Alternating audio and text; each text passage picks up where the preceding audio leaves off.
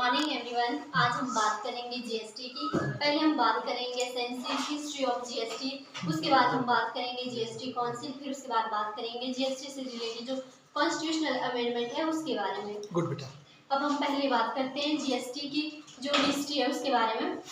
सबसे पहले 1954 में फ्रांस में जीएसटी लागू किया गया था। अच्छा। फ्रांस पहला ऐसा देश था जिसने जीएसटी को लागू किया। हाँ। अब तो विश्व में 175 ऐसी कंट्रीज है जिन्होंने जीएसटी को अडॉप्ट किया है और लागू भी हो गया है। Some of the countries with GST include Canada, Australia, Singapore, United Kingdom, UK, Spain etcetera. जो जीएसटी है इसका प्रावधान किया गया भारतीय संविधान के आर्टिकल 246A में। लिखो इसको, ए पता होना चाहिए, इसके नेट में सीधे आ सकता है।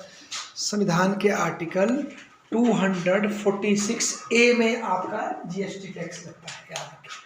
आर्टिकल जो 246A है इसको 101वां संविधान संशोधन किया गया था 2016 में, उसके तहत जोड़ा गया है। लिख दो कौन सा अमेंडमेंट था संविधान का? 101 संविधान का अमेंडमेंट के तहत आर्टिकल 246A जोड़ा गया, जिसके तहत हमारे संविधान में जीएसटी टैक्स की आवश्यक व्यवस्था की गई। गुड, आओ बेटा।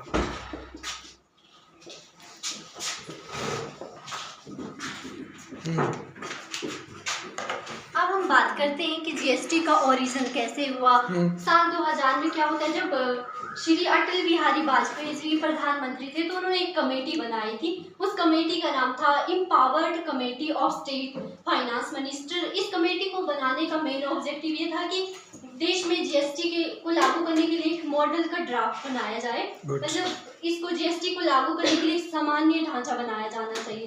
इसके अध्यक्ष थे असीम दास गुप्ता जी, जो कि उस समय पश्चिम बंगाल की वित्त मंत्री थे। गुड। फिर इसके बाद क्या होता है, 2002 के बाद 2000 में एक केलकर फोर्स टैक्स आई। अच्छा। जो कि एक कमेटी थी। अच्छा। इसमें ये कहा गया है कि जो हमारा टैक्स स्ट्रक्चर है उसमें इम्प्रूवमेंट लाने के लिए हम लोगों को क्या करना चाहिए, उसमें जीएसटी को इंट्रोड्यूस कर लेना चाहिए, जीएसटी को अपनाना चाहिए। ओके। फिर इसके बाद क्या होता है, 2006 में यूनियन फाइनेंस मिनिस्टर थे श्री पी चिदम्बरम जी। वो क्या कर रहे थे, उन्होंने जब 2006 और 2007 का बजट स्पीच वो दे रहे थे तो उन्होंने कहा था कि हम 2010 तक क्या करेंगे, जीएसटी को लागू करेंगे। लेकिन जीएसटी का जो मॉडल बनाया गया था उसमें बहुत सारे ऐसे क्या प्रॉब्लम्स थी, मतलब उसमें उतना ज़्यादा परफेक्ट नहीं हो बन पाया था, इसलिए वो 2010 को इम्प्लीमेंट नहीं हो पाया। इसके लिए इसके बाद 2014 में जो जीएसटी के लिए ड्राफ्ट बनाया गया था उसमें जो प्रॉब्लम्स थी उनको सॉल्व करने के लिए बिल लाया जाता है। पहले हम बात करेंगे 3 तरह के ऑर्डिनेंस की और फिर बिल की, एक्ट की। पहले हम बात करते हैं ऑर्डिनेंस की। ऑर्डिनेंस क्या होता है, आप में से कोई बताएगा?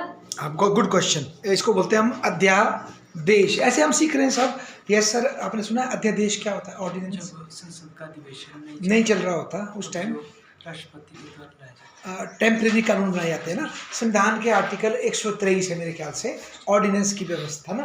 बहुत बढ़िया, आगे बोलो बिटिया। अब जो ऑर्डिनेंस है ये एक अस्थायी कानून होता है जब देश में यानी कि मतलब संसद यानी लोकसभा या राज्यसभा का अधिवेशन नहीं चल रहा होता और सरकार को कोई ऐसा कानून लाना होता है तत्काल, उसको बनाने के लिए जो राष्ट्रपति होता है वो अध्यादेश जारी करता है। एक होता है जो बिल क्या होता है, ये एक ऐसा प्रस्ताव होता है यानी मतलब हमें अगर कोई नया कानून लाना हो या फिर जो पुराना कानून है उसमें बदलाव करना हो तो संसद में पहले क्या किया जाता है, एक प्रस्ताव पेश किया जाता है।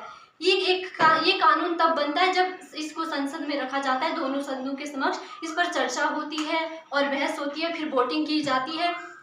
3 टाइप का बिल होता है, एक होता है गवर्नमेंट बिल, एक होता है प्राइवेट मेंबर के द्वारा जो पेश किया जाता है, एक होता है कॉन्स्टिट्यूशन अमेंडमेंट बिल।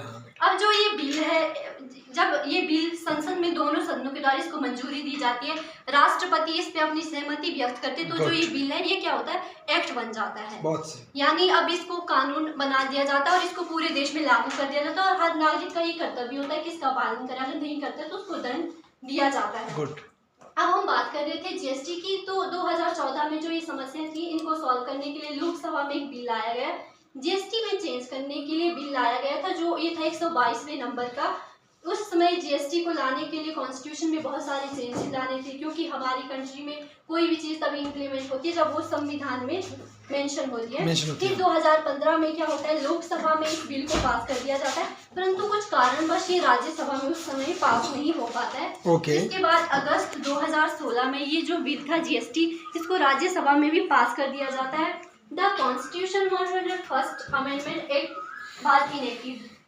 जो ये जीएसटी है, इसकी जीएसटी काउंसिल की पहली मीटिंग होती है सितंबर 2016 को। अब हम बात करते हैं जीएसटी काउंसिल क्या है। जीएसटी काउंसिल एक जॉइंट फॉर्म है जो कि सेंटर और स्टेट काउंसिल में, सेंटर और स्टेट दो, इसमें सेंटर और स्टेट के दोनों के मेंबर होते हैं जो रिकमेंड करते हैं कि जो जीएसटी है इसके लिए क्या पॉलिसीज बनाई जानी चाहिए। लिख लो बेटा, अच्छा होगा। जीएसटी काउंसिल है ना, जीएसटी टैक्स है और जीएसटी काउंसिल, जीएसटी काउंसिल सभा इसके लिए एक बनी हुई है जो जीएसटी को देख रेख करती है। अच्छा बोलो सभा। जो ये जीएसटी है ये एक अपेक्स बॉडी है, जैसे कि आरबीआई बैंकिंग में होती है। हाँ। जीएसटी काउंसिल को कॉन्स्टिट्यूट करने की पावर प्रेसिडेंट के पास होती है। प्रेसिडेंट ने जीएसटी काउंसिल को 15 सितंबर 2016 को कॉन्स्टिट्यूट किया था। अब हम जीएसटी काउंसिल के बारे में थोड़े अच्छे से जानेंगे।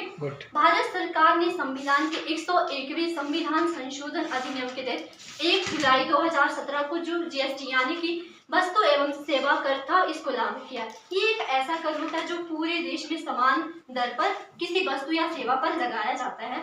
जब पहले जीएसटी नहीं था तो उससे पहले जो केंद्र और राज्य सरकारें होती थी वो क्या करती थी, अपनी इच्छा अनुसार टैक्स लगाती थी, जैसे बेस टैक्स, सर्विस टैक्स या फिर एंट्री टैक्स। लिख लो बेटा, बच्चों को बताना चाहिए। VAT लिखो ऊपर, वैट, वैल्यू एडिड टैक्स। पहले स्टेट भी लगाता था और साथ में स्टेट भी लगाता था, सेंटर का भी वेट होता था और स्टेट का भी वेट होता था। शाबाश बेटा।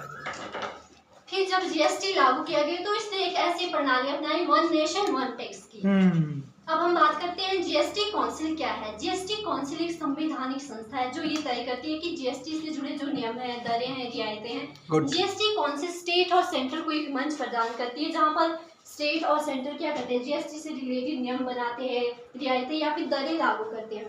जो जीएसटी काउंसिल है इसकी स्थापना संविधान के आर्टिकल 279A के अंतर्गत की गई। लिखो बेटा, ये बड़ा इंपॉर्टेंट है, ये बेटा आपको नेट में सीधा आएगा।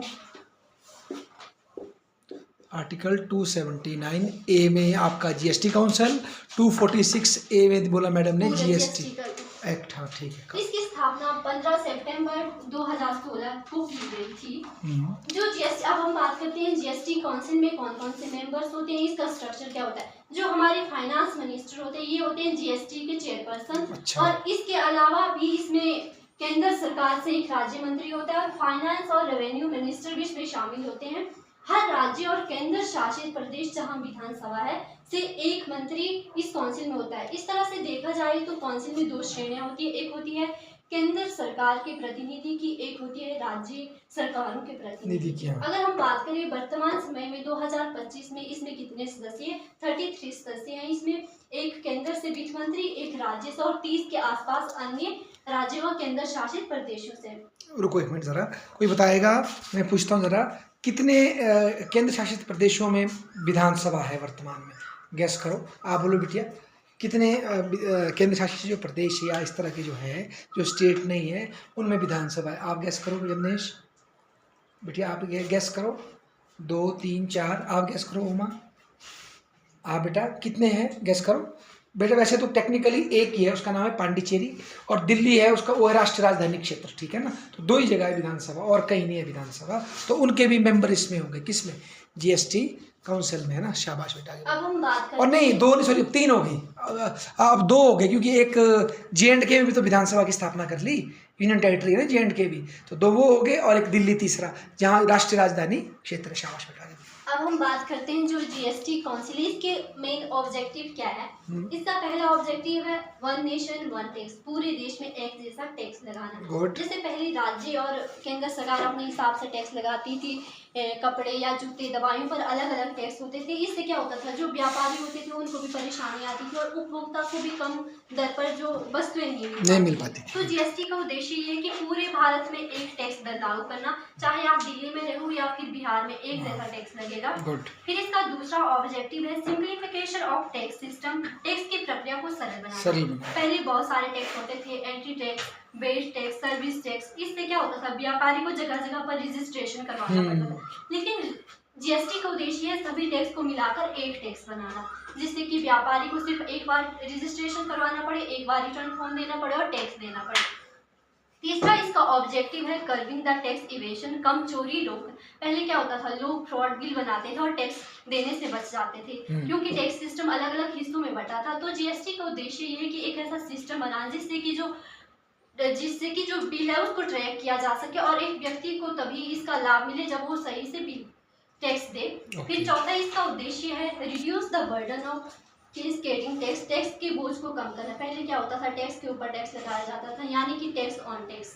तो जीएसटी का उद्देश्य है कि इनपुट टैक्स क्रेडिट की सुविधा, यानी आपने जितने टैक्स पहले दिए बाद में उसको आप क्या कर सकते हैं, एडजस्ट कर सकते हैं। इसका पांचवा ऑब्जेक्टिव है creating a unified national market, पूरे देश को क्या करना, एक कॉमन मार्केट बनाना। बहुत सुंदर। होता था कि राज्य की सीमा पर जितना भी माल एक स्थान से दूसरे स्थान पर भेजा जाता था उस पर एंट्री टैक्स लगाया जाता था, जिससे क्या होता था, समय का भी नुकसान होता था और धन भी ज्यादा व्यर्थ होता था। तो जीएसटी का उद्देश्य है कि राज्यों के व्यापार को एक आसान बनाना, ताकि ट्रक बिना रुके या फिर बिना जांचे आसानी से चल सके। फॉर एग्जाम्पल, जैसे पहले क्या होता था, पंजाब से कोई ट्रक का माल जाता था तो दिल्ली में बॉर्डर पर उसे रोका जाता था, जिससे घंटों लाइनें लगी रहती थी। अब क्या होता है, जीएसटी के माध्यम से ई बिल बेस होता है, जिससे कि ट्रक जल्दी पहुंच जाते हैं।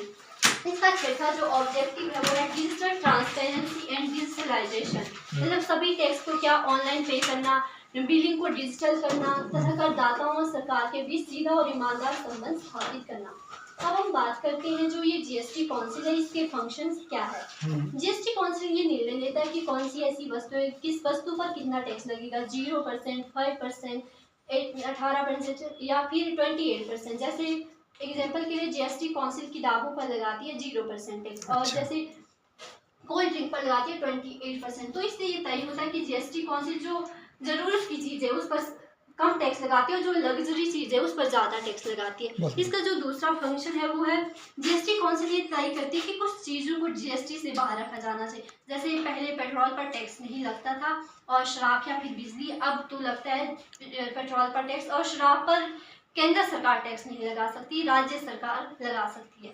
तीसरा इसका जो फंक्शन है टैक्स छूट और रियायती दर कम करना। काउंसिल ये भी तय करते हैं कि कौन से उत्पाद या सेवाएं ऐसे जिन पर टैक्स में छूट दी जाए, जैसे कि एजुकेशन होगी या फिर हेल्थ स्वास्थ्य सुविधाएं, उन पर टैक्स नहीं लगाया जाता स्कूल की फीस पर। चौथा इसका फंक्शन है टैक्स की दरों में बदलाव करना। जो जीएसटी काउंसिल है ये समय समय पर टैक्स से जुड़े जो दरें उनमें बदलाव कर सकते। तो वस्तुएं पहले महंगी थी बाद में सस्ती हो सकती है या फिर सस्ती है महंगी हो सकती है।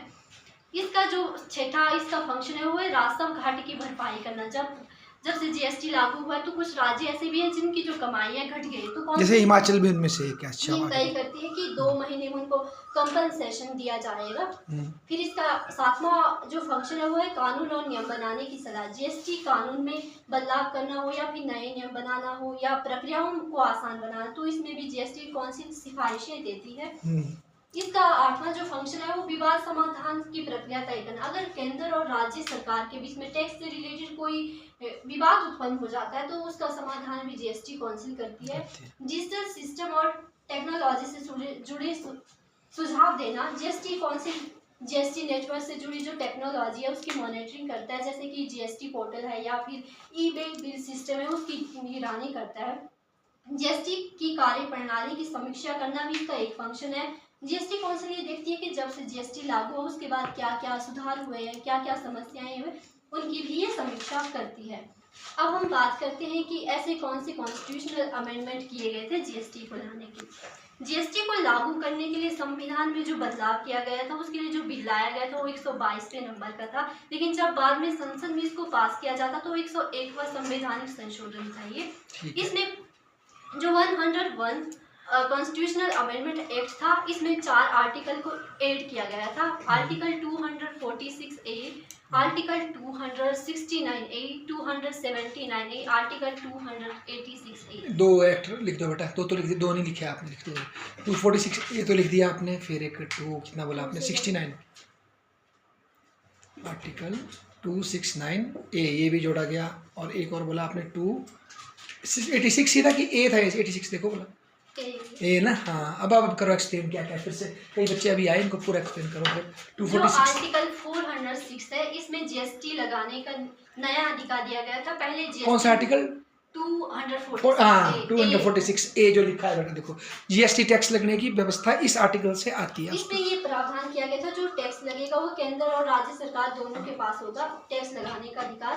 पहले टैक्स लगाने का अधिकार बंटा हुआ था, जैसे स्टेट एक्साइज ड्यूटी टैक्स लगाता था और राज्य सेल टैक्स लगाते थे। अब जीएसटी में क्या हुआ, दोनों सरकारें मिलकर टैक्स लगाती हैं। पहले जो केंद्र था, ये भारत में सिवाय जम्मू कश्मीर को छोड़कर पूरे भारत के लिए जीएसटी से संबंधित कानून बना सकता था। अब जम्मू कश्मीर भी इसमें शामिल है। इसमें ये भी प्रावधान है कि जो स्टेट लेजिस्लेचर है वो अपने राज्य में जीएसटी से रिलेटेड कानून बना सकता है। जो आर्टिकल 269A है, इसमें ये कहा गया कि इंटर स्टेट ट्रेड पर जीएसटी कैसे लगेगा। अच्छा, इसमें मतलब 269 डील करता है इंटर स्टेट ट्रेड से, समझा। मैं फिर बता दूं, मेरे ख्याल से आर्टिकल 244 या 45 से शुरू होता है एक नया पार्ट। इस पार्ट में सेंटर स्टेट के फाइनेंशियल रिलेशन दिए गए हैं। अगर संविधान के पार्ट याद करेंगे आप। आगे बोलो बेटा। उसके बाद जब एक राज्य से दूसरे राज्य में सामान या सेवा जाती है, तब उस पर इंटीग्रेटेड जीएसटी लगता है। जो ये इंटीग्रेटेड जीएसटी होता है, इसको केंद्र सरकार वसूल करती है और जो केंद्र सरकार इसको वसूल करने के बाद उसके पास जो धन आता है उसका बंटवारा किया जाता है राज्य सरकार के बीच में। इंटरस्टेट सप्लाई यानी कि दिल्ली से यूपी में जो माल जाएगा, इंपोर्ट विदेश से जो सामान मांगना या फिर उस पर जीएसटी लगाना, इसमें राज्यों का जो हिस्सा है बाद में उसको बांट दिया जाता है वित्त कमीशन के सिफारिश के। फाइनेंस कमीशन है ना, करेंगे बात इस पे। आर्टिकल जो 279 है, इसमें ये कहा गया है कि जो जीएसटी काउंसिल है उसका गठन कैसे होगा, उसमें कौन कौन मेंबर होंगे, या फिर जीएसटी से जो नियम बनाए जाएंगे उसके लिए जो निर्णय लेना होगा उसके लिए इसमें ये भी कहा गया है कि कोई भी निर्णय कम से कम 75% उस पर 75% वोट होना जरूरी है किसी निर्णय को लेने के लिए। बहुत मेजॉरिटी। आर्टिकल 286, इसमें राज्यों पर अन्य टैक्स लगाने की रोक। जैसे इसमें ये प्रावधान किया कि राज्य सरकार किसी व्यापार या वस्तु पर अलग से टैक्स नहीं लगा सकती जो जीएसटी के दायरे में पहले से आता हो। और ये भी प्रावधान है कि राज्य सरकार बाहर से आने वाले या फिर बाहर जाने वाले सामान पर कोई टैक्स नहीं लगा सकती। कुछ और आर्टिकल भी है जिनमें भी संशोधन किए गए, जैसे कि 268, 269, 269, 270, 271 और इसमें जो 7th शेड्यूल है उसमें भी बदलाव किया गया है, जिसमें union list, state list, concurrent list है। पहले जो स्टेट लिस्ट है इसमें लिखा गया था कि सेल ऑफ गुड्स पर जो राज्य है वो टैक्स लगा सकता है, लेकिन अब जो सेल ऑफ गुड्स और सर्विस दोनों पर टैक्स जीएसटी लागू है। तो इसलिए जो ये है इसमें बदलाव करके शब्दों में गुड्स एंड सर्विस दोनों को जोड़ा गया है। धन्यवाद। ताली बजाओ, शाबाश।